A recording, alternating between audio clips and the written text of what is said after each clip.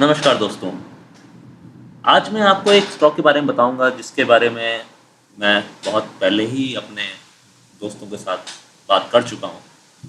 और आप देख सकते हो मेरी व्हाट्सएप चैट जो मैंने लैपटॉप पे खोली हुई है।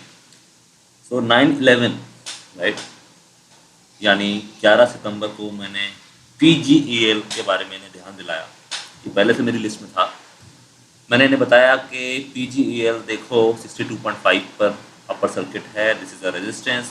अगर ये कल भी दिन भर यूसी में रह के बंद होता है देन 80 इज नॉट फार, और PGL is in my multi bagger list if you remember.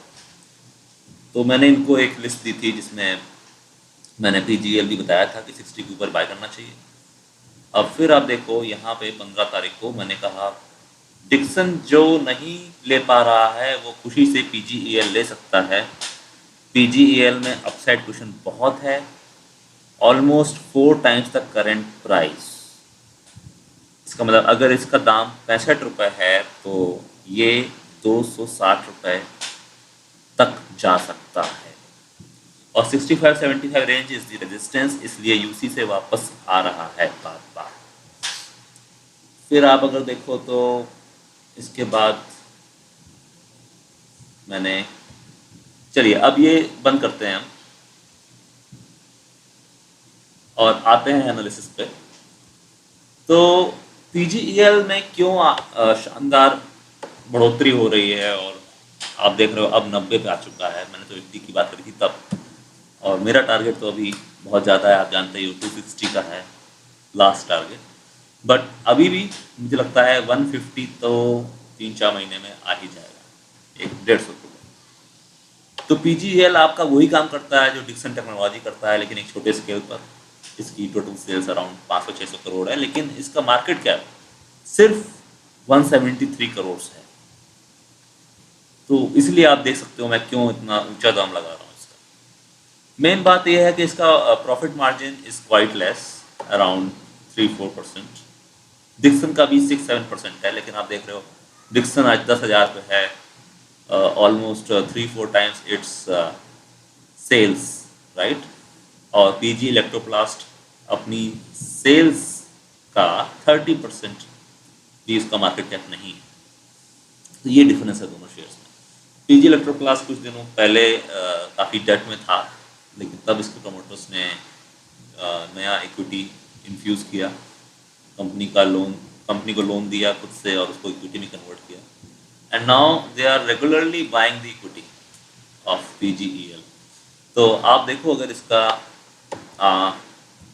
Analyse करोगे तो promoter holding is 68.2 as of June quarter, but since last few days promoter is regularly buying equity in PG Electroplast।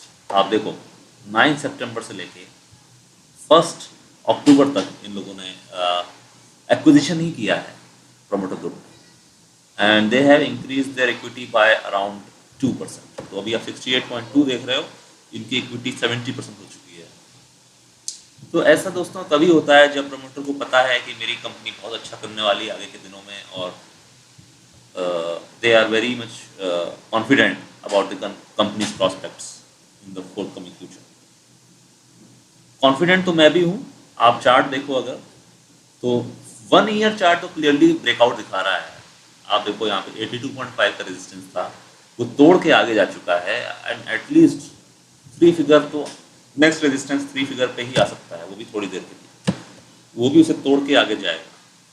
3 year का chart अगर आप देखो तो ये already बहुत नीचे आ चुका था, यहाँ पे डबल टॉप बना था और उसको तोड़ के आगे बढ़ रहा है। तो ऐसे केसेस में मोस्टली 30-40% प्राइस तो होता ही है।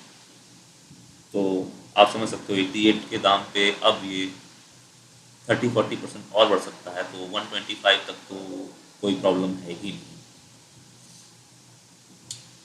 एंड आप अगला रेजिस्टेंस आपको यहाँ का ही मिलेगा 125 पे, तो वहाँ पे आप देख सकते हो थोड़ी देर के लिए रुकेगा। लेकिन हमको उम्मीद करनी चाहिए कि the quarterly results of PGEL for September quarter will show some turn around, and it should show very good EPS for this quarter. So last में एक डिस्क्लेमर में डालना चाहूँगा कि I am not a SEBI registered analyst. मैं अपनी study पे invest करता हूँ और मेरी स्टडी गलत भी हो सकती है, लेकिन मेरा एक्सपीरियंस 10 साल का है। मैं जो सीखता हूँ वो आपको बताता हूँ। Thank you very much.